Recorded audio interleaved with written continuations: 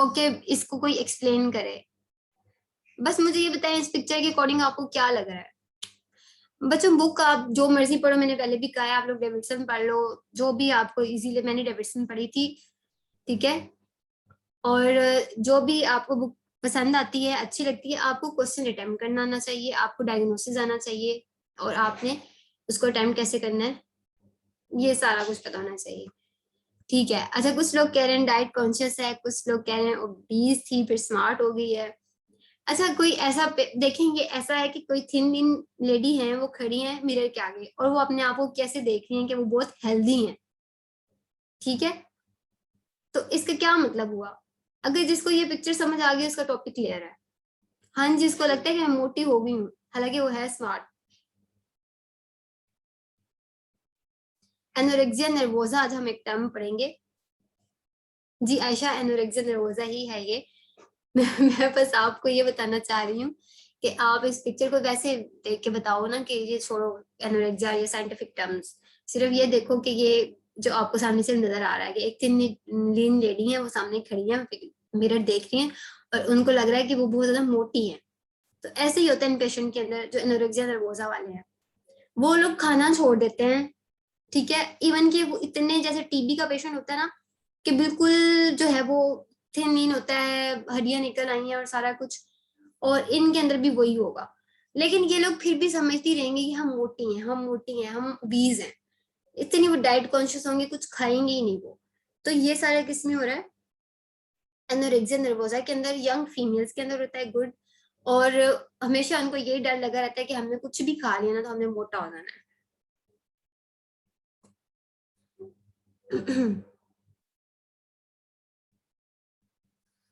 Okay, Ayesha ने बताया है कि माइकल जैक्सन को भी यही मसला था। चले,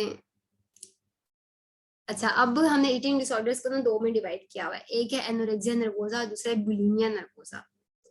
एनोरेक्सिया नर्वोसा और बुलिमिया नर्वोसा में 90% जो होंगी वो फीमेल्स होंगी। लेडीज के अंदर जो है ये ज्यादा कॉन्शियस होती हैं डाइट और इमेज। लोग जो, मेरा मतलब जो मेल्स हैं वो मोटे होते हैं और वो जैसे भी नजर आ रहे हो वो इतने कंसर्न नहीं होते, ठीक है। अच्छा, अब उसने लिखा हुआ है कि ये ज्यादा प्रेवलेंस कहाँ पे होगी, जो एबनॉर्मल ईटिंग हैबिट्स की है in the population that does not meet diagnostic criteria, ठीक है ना। कि ऐसा कुछ होता है कि ईटिंग डिसऑर्डर्स की ना कुछ बहुत ज्यादा ऐसे लोग हैं जो कि किसी क्राइटेरिया में फिट नहीं आ रहे, वो डाइट कॉन्शियस हैं, वो सारा कुछ है, उनको सारे मसले मसाइल हैं, लेकिन हम उन्हें ये नहीं कह सकते कि ये एनोरेक्सिया नर्वोसा है या बुलिमिया नर्वोसा है। तो ये सारा कुछ चलता है, लाइफ स्टाइल होगा उनका। हमने देखने की डेवलप कंट्रीज के अंदर जो होता है ना कि obesity is arguably much greater problem. कि जो हमारे यहाँ भी ये होता है कि कोई पतला हो उसको भी लोग कहते हैं यार तुम इतनी थिन नहीं हो, कोई मोटा हो तो यार तुम इतनी मोटी हो, डाइटिंग करो, ये करो वो करो, सारा कुछ। तो ये साइकेट्रिक जो डिसऑर्डर्स हैं हमने आज दो पढ़ने, एनोरेक्सिया नर्वोसा और बुलिमिया नर्वोसा। अब होता है क्या एनोरेक्सिया नर्वोसा? एनोरेक्सिया हम क्या किसको कहते हैं कि भूख ना लगना ना। इसमें होगा क्या कि बंदी कुछ खा ही नहीं रही, वो कहेगी कि मैंने कुछ खाना है तो मैंने मोटी हो जाना है। उसका मार्क वेट लॉस होगा, बिल्कुल पतली, ठीक है। और फूड अवॉइडेंस होगी उसकी, ठीक है। बिंजिंग और पर्जिंग क्या होता है कि खा भी रही है तो पर्जिंग क्या होगा कि कुछ वो लेक्सेटिव्स ले लेगी या डाययूरेटिक्स ले लेगी कि जो मैंने खाया वो निकल जाए, कि एक्सेसिव एक्सरसाइज करेगी। अव्वल तो वो खाएगी ही नहीं, उसे होगा कि मैंने खाना ही नहीं है, ठीक है। और साथ में उसने क्या करना है, बहुत ज्यादा एक्सरसाइज भी करनी है, खा भी नहीं रही मैडम कुछ, एक्सरसाइज भी करेंगी, ऊपर से डायूरेटिक्स ले लिए, जो पानी था वो भी निकाल दिया, लेक्सेटिव जो खाया पिया वो भी। तो क्या हो जाएगा कि बॉडी बिल्कुल थिन लीन हो जाएगी, मसल सारे खत्म। अब ये देखो कि बॉडी इमेज होगा ना वो इतना डिस्टर्ब होगा कि बंदा बिल्कुल इमेसिएटेड होगा, और फिर भी उसे लगेगा कि मैं ओवरवेट हूँ, मैंने नहीं खाना कुछ, मेरा वेट गेन हो जाएगा, ठीक है। ये क्या है, ये उसकी डिल्यूजनल अप्रोच है ना, फॉल्स बिलीव्स हैं उसके। उसकी बॉडी शेप बिल्कुल डिस्टर्ब हो गया है, स्टिल उसको लग रहा है कि मैंने मोटे हो जाना है, मैंने मोटे हो जाना है, उसने कुछ नहीं खाना। अच्छा, अब जाहिर है कि देखो ये सिम्टम जो होगा एंजाइटी और डिप्रेसिव डिसऑर्डर्स के साथ भी आ सकता है। एक पेशेंट ने, उसको एंजाइटी थी, वैसे हम आगे पढ़ेंगे एंजाइटी डिसऑर्डर्स होते हैं और डिप्रेसिव। पर्गिंग ये होगा कि वो खुद से वोमिटिंग इंड्यूस करवाएगा, किसी तरह खाना उसे निकालना है, ठीक है। कि मैंने जो खाया हुआ है ना वो बस निकल जाए, बॉडी को ना लग जाए, कहीं एब्जॉर्ब ना हो जाए बॉडी में।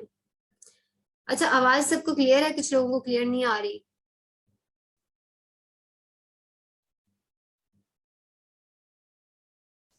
जी। और बिंजिंग ये होता है कि बहुत ज्यादा खाया और इसके बाद पर्गिंग ये है कि उसने निकालने की कोशिश करनी है।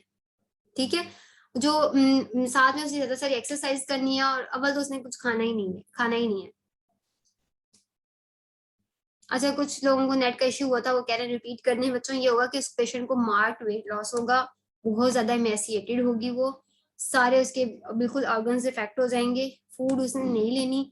और ऑफन क्या होगा, वो एक्सरसाइज करेगी, बहुत ज्यादा डायूरेटिक्स लेगी, लेग्जेटिव्स लेगी कि सारा कुछ जो मैंने खाया पिया वो मेरा निकल जाए, पानी भी खाना भी।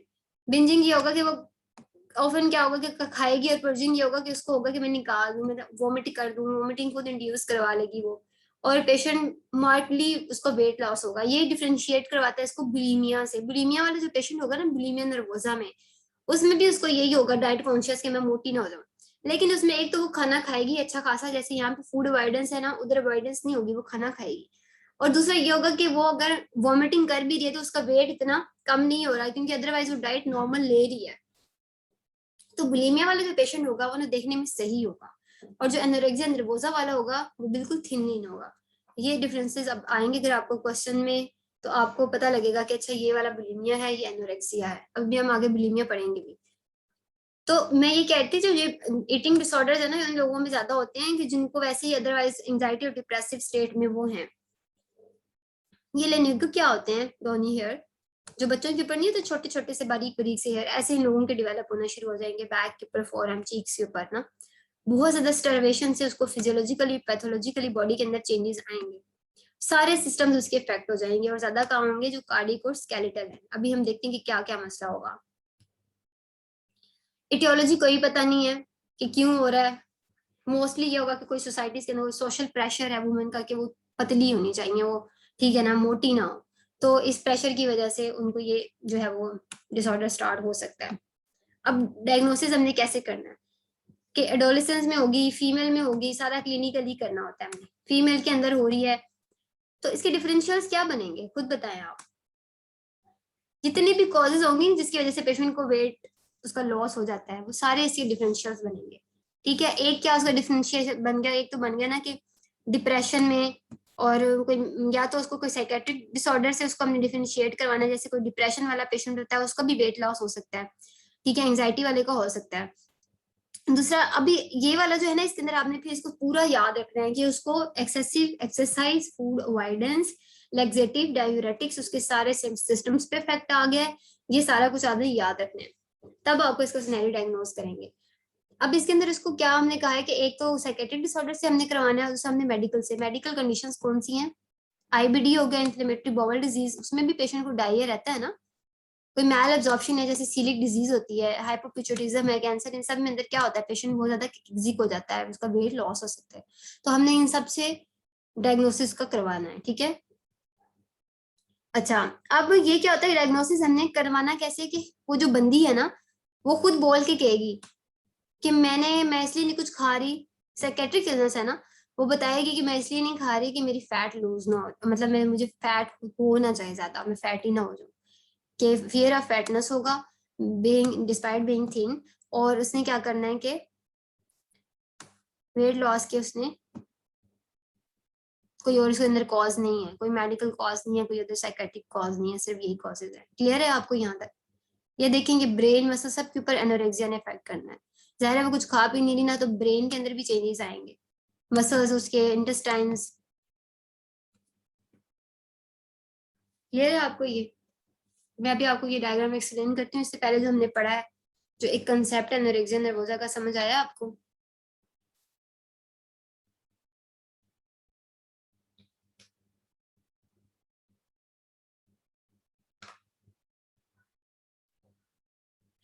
आप लोग ग्रुप में भी पार्टिसिपेट नहीं कर रहे होते हो, आप लोग यहाँ पे भी पार्टिसिपेट नहीं कर रहे हो। बच्चों, आप लोग को फाइनल ईयर के हो, अच्छे से पार्टिसिपेट किया करो। आप लोग वार्ड्स में नहीं गए, वार्ड्स में तो सारा पार्टिसिपेशन से ही काम बनता है।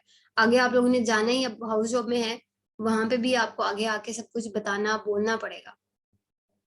और आपके तो वाइवास जो होते हैं उसमें इतना बंदे को एक्टिव और कॉन्फिडेंट होना पड़ता है, फिर उसके वाइवास क्लियर होते हैं। ठीक है, चलें। अच्छा, अब आगे जो है ना बच्चों, ब्रेन के अंदर इफेक्ट आएंगे, जाहिर है उसको ग्लूकोज भी तो नहीं मिलेगी ना, अगर बॉडी के अंदर वो सारा कुछ खा पी नहीं रही सही से, तो सारा मसला हो जाएगा। अब क्या होगा कि ब्रेन, एक तो हमने कहा कि जो हेयर है सब सारे न्यूट्रिएंट्स कम हो जाएंगे, तो जैसे हम लोग वो पढ़ते हैं ना मैल न्यूट्रिशन में, कौशिक और वो मेरस्मिस पढ़ते हैं, उसमें भी हम देख रहे थे बच्चे के साथ क्या क्या मसला हो जाता है। तो इस लेडी में भी वही मसले हो जाने हैं, क्योंकि उसको पूरे nutrients, micro nutrients deficiency, macro nutrients सारे डेफिशिएंट हो जाएंगे। तो क्या क्या हो रहा है, ब्रेन के अंदर उसको मेमोरी का प्रॉब्लम हो जाएगा, मसल्स हैं तो एक्स पेन होंगी, हाइपोक्लीमिया से पैरालिसिस हो सकता है ना, पोटेशियम कम हो गया तो, कॉन्स्टिपेशन हो सकती है, ब्लॉटिंग हो सकती है, किडनी फेलियर, अगर वो पानी नहीं पीती ज्यादा, उसकी डाइट में डिहाइड्रेटेड है, उसको रीनल फेलियर हो सकता है, कैल्शियम नहीं है तो ऑस्टियोपोरोसिस। ठीक है, स्किन उसकी येलो ड्राई हो जाएगी जब जिंक वगैरह सारे, और हेयर में थिनिंग और ब्रिटलनेस हो जाएगी जब प्रोटीन्स नहीं होंगी तो ये सारा आपने ओवरऑल बॉडी के ऊपर इसने इफेक्ट इस तरह करना है, ये आपने याद रखना है। अब ये डायग्नोस्टिक क्राइटेरिया बच्चों, ये बहुत इंपॉर्टेंट है और ये आपके एमसीक्यू में आता है। ठीक है, ये एमसीक्यूज हैं आपके। वो कहेगा अगर पेशेंट का वेट लॉस हो गया at least 15% of total body weight ना, या उसका जो बीएमआई है वो 17.5 से कम है। हम लोग कहते हैं कि नॉर्मली 18 to 24 तक नॉर्मल बीएमआई होता है, तो अगर उसका उससे कम हो गया तो जाहिर है वेट लॉस है, बीएमआई कम है, या उसका वैसे जितना वेट था उससे उसका 15% टोटल बॉडी वेट से कम हो गया, तो ये किस में आ जाएगा, एनोरेक्सिया नर्वोसा में। और उसने क्या करना है, फूड नहीं लेनी, अवॉइड करना है। उसकी जो बॉडी की पूरी जो इमेज है वो डिस्टॉर्ट हुई होगी, ग्रॉसली अंडरवेट होगी, सारा फैट लूज हुआ होगा। और ये भी इंपॉर्टेंट है कि एमेनोरिया देखो, जब भी बॉडी के अंदर ये सारी चेंजेस आएंगी तो एंडोक्राइनिकोलॉजिकल भी चेंजेस आ सकती है ना, एंडोक्राइन सिस्टम में जब डिस्टर्ब होना तो वो क्या हो सकता है, उसको एमेनोरिया। अब ये एमसीक्यू आया हुआ है यूएचएस में, एमेनोरिया होगा पेशेंट को, तो बुलिमिया है, एनोरेक्सिया है, क्या है। ठीक है, तो आपने याद रखना है। अब बुलिमिया नर्वोसा में क्या होगा, बंदी बिल्कुल ठीक है, देखने में भी ठीक है ना, वो इतना मतलब सीरियस नहीं है जितना ये एनोरेक्सिया वाला है, वो खा पी सही लेती है, लेकिन उसके बाद उसने क्या करना है, उल्टी करनी है। वो कैसे करेगी कि मुंह में हाथ डालेगी जल्दी से, कि सेल्फ कंट्रोल उसका नहीं होगा। ये कुछ लेडीज होती हैं, हमारे कलीग्स भी होंगे, आपने देखा होगा, वो चाहते हैं कि हम लोग वेट लूज कर लें। मैं ये नहीं कह रही हूँ बुलिमिया नर्वोसा है, लेकिन होता है ना कि वो बैठ के अगर कोई गैदरिंग में कुछ खाना आया, वो लोग चाह रहे हैं हम ना खाएं, लेकिन वो खा रहे हैं जबरदस्ती, मतलब उनको बस कंट्रोल नहीं होता उनका, तो ये भी वही होता है।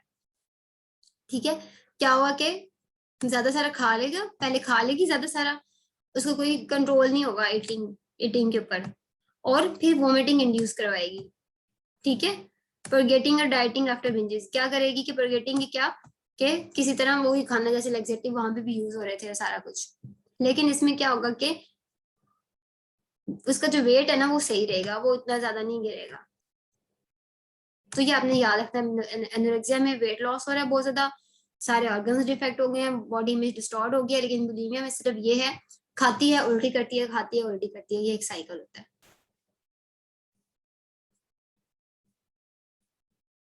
ओके, कुछ लोग कह रहे हैं कि lady Diana suffered from this.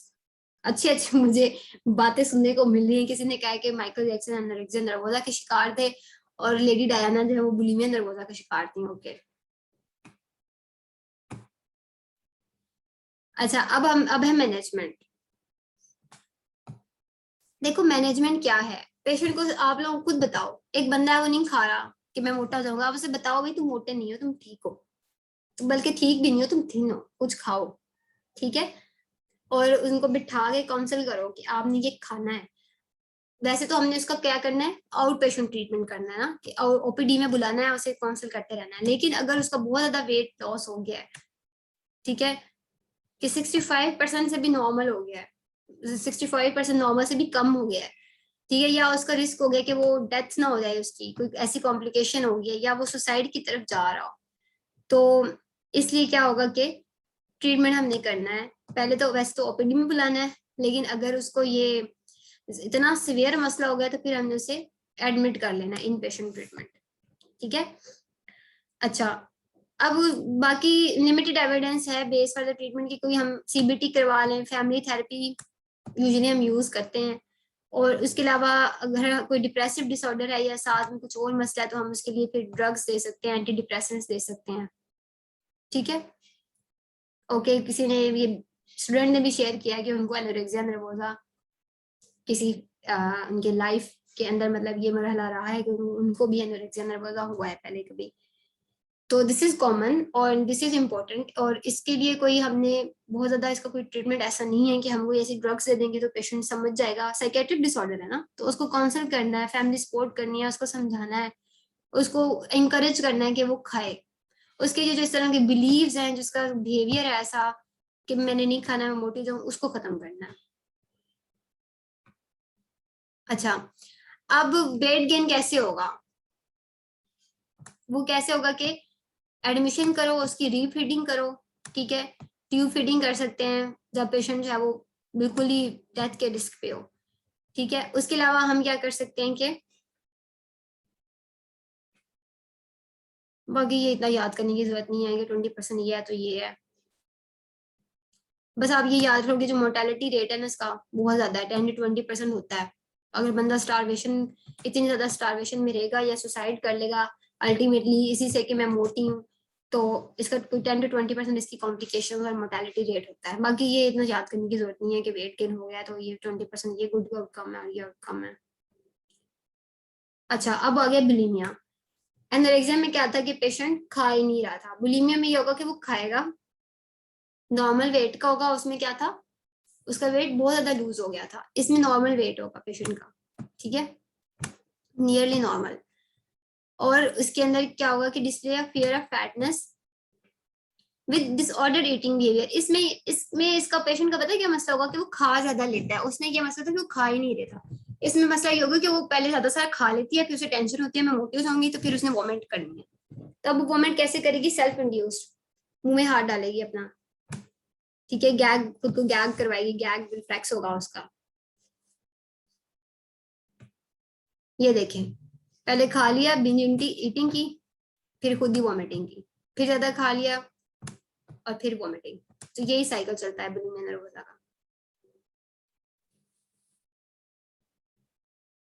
अब डायग्नोसिस, हमने डायग्नोस्टिक क्राइटेरिया इसका पीछे हमने टेबल में देख लिया था क्या क्या था, ये हमने देखा है ना। ये इसका डायग्नोस्टिक क्राइटेरिया है कि एक तो वो बहुत ज्यादा इसके recurrent bouts of binge eating है, बहुत ज्यादा खाना, खाने के ऊपर कोई कंट्रोल नहीं, वॉमिटिंग खुद से करवा देना, और वेट उसका नॉर्मल होगा। तो ये इसका डायग्नोस्टिक क्राइटेरिया होगा बुलिमिया नर्वोसा का, ठीक है। अच्छा, उसके अलावा हमें फिजिकल कुछ साइन मिलेंगे कि उसने जब खुद वॉमिटिंग इंड्यूस करवानी है ना, तो उसके जो टीथ होंगे वो पिटेड होंगे। क्यों? जब वो जाहिर वॉमिट करवाएगा तो गैस्ट्रिक कंटेंट्स आएंगे ना, हाइड्रोक्लोरिक एसिड आएगा। दूसरा उसके ऊपर रसल साइन होता है, वो क्या होता है? ये देखें, ये रसल साइन है कि जो फिंगर्स हैं मुंह में जब उसने लेके जाना है तो वो दांतों के साथ लगेंगी। आप लोग खुद ट्राई करो वॉमिट नहीं करनी, लेकिन खुद जब हम अंदर हाथ डालते हैं तो जाहिर है ये नकल्स जो हमारे हैं ये टीथ के साथ लगेंगे, बार बार लगेंगे, बार बार लगेंगे, तो यहाँ पे अल्सर्स बन सकते हैं, ये सारी इरोजन हो सकती हैं, ठीक है। तो ये जो इंजरी हो रही है इसको क्या कह रहे हैं, इससे जो हमें ये रेडनेस और मिल रही है यहाँ पे, इरोजन, इसको कहेंगे रसल साइन। ये भी एमसीक्यू भी है और आप अगर सिनेरियो आएगा उसमें भी बता देगा, ठीक है। एक क्या होगा कि उसके जो दांत हैं वो पिटेड हुए पड़े हैं, गैस्ट्रिक एसिड की वजह से रसल साइन मिल गया है और प्रोटेड ग्लैंड्स की इनलार्जमेंट हो सकती है। उसके अलावा क्या क्या हो सकता है? अब जाहिर है एसिड मुंह में आ रहा है, डेंटल एसोफेजियल कॉन्सिक्वेंसेज हो सकते हैं, और इलेक्ट्रोलाइट इम्बैलेंस हो सकता है। इलेक्ट्रोलाइट इम्बैलेंस होगा तो रिदमियाज हो सकते हैं, रीनल प्रॉब्लम्स हो सकते हैं। क्यों हो रहा है ये सब? वोमिट करेगी, हाइपोक्लीमिया होगा, हाइपोनेट्रीमिया हो सकता है, वोमिटिंग से ज्यादा फ्लूइड लॉस हो गया तो वही किडनी से प्रॉब्लम आ सकते हैं, रिदमियाज हो सकते हैं। ये सारी इसकी कॉम्प्लिकेशंस हैं। अब मैनेजमेंट क्या है? वही, उसको बिठाओ, उसको समझाओ, सेल्फ हेल्प करनी है, उसकी साइकोथेरेपी करनी है। अगर उसको डिप्रेशन है तो हम एंटी जो है वो डिप्रेसर्स दे सकते हैं, जैसे एसएसआरआई या फ्लेक्सिटीन हो गया। और इसके अलावा उसमें लिखा हुआ है कि इसकी बुलीमिया वाले की जो है ना मोर्टेलिटी नहीं होती है, जैसे हमने उसकी कही थी ना एनोरेक्सिया की 10 to 20% मोर्टेलिटी होती है, ठीक है, लेकिन इसके अंदर जो है वो कोई मोर्टेलिटी नहीं होगी। ये है थेरेपी इसकी ना, कैसे पेशेंट को काउंसिल करना है और सारा कुछ करना है, ठीक है।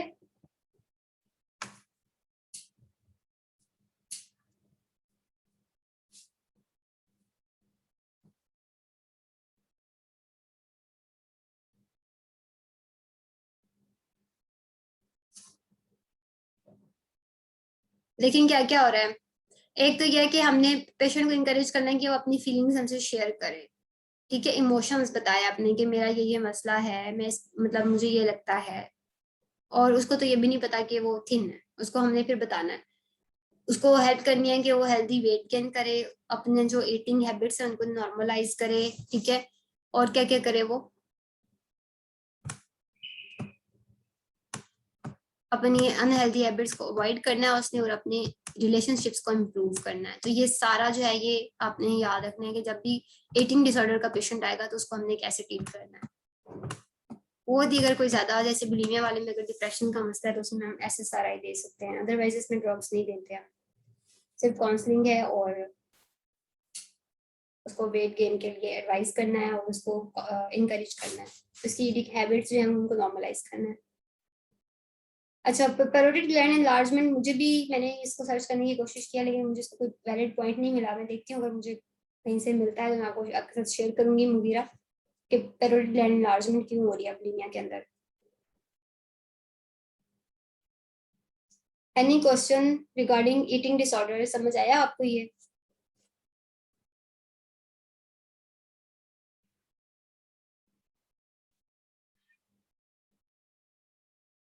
ये इजी है एज कम्पेयर टू जो हमने पहले दो टॉपिक्स पढ़े हैं। मैं इनका कोई सिनेरियो भी देखती हूँ, आपके साथ डिस्कस करती हूँ, मुझे जरा देखने दें।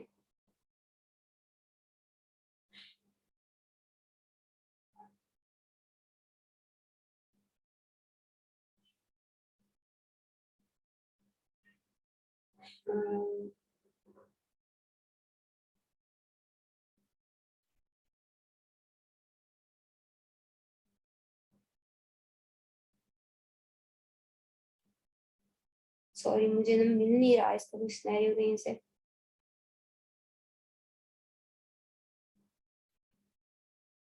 मेरी नजर से गुजरा तो था ये कुछ दिन पहले।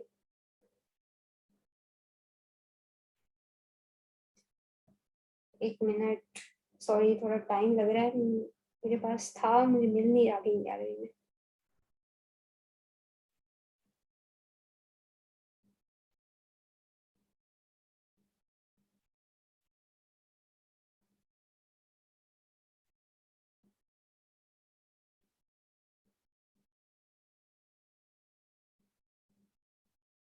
अगर किसी के पास है इसका सिनेरियो तो प्लीज मुझे ग्रुप में भेज दे, मैं वहां पे डिस्कस कर लेती हूँ बॉयज और गर्ल्स दोनों में। आई एम सॉरी, मुझे मिल नहीं रहा, मुझे बाकी सारे ही नजर आ रहे हैं, OCD सिजोफ्रेनिया, लेकिन मुझे इसका नजर नहीं आ रहा, पता नहीं क्यों।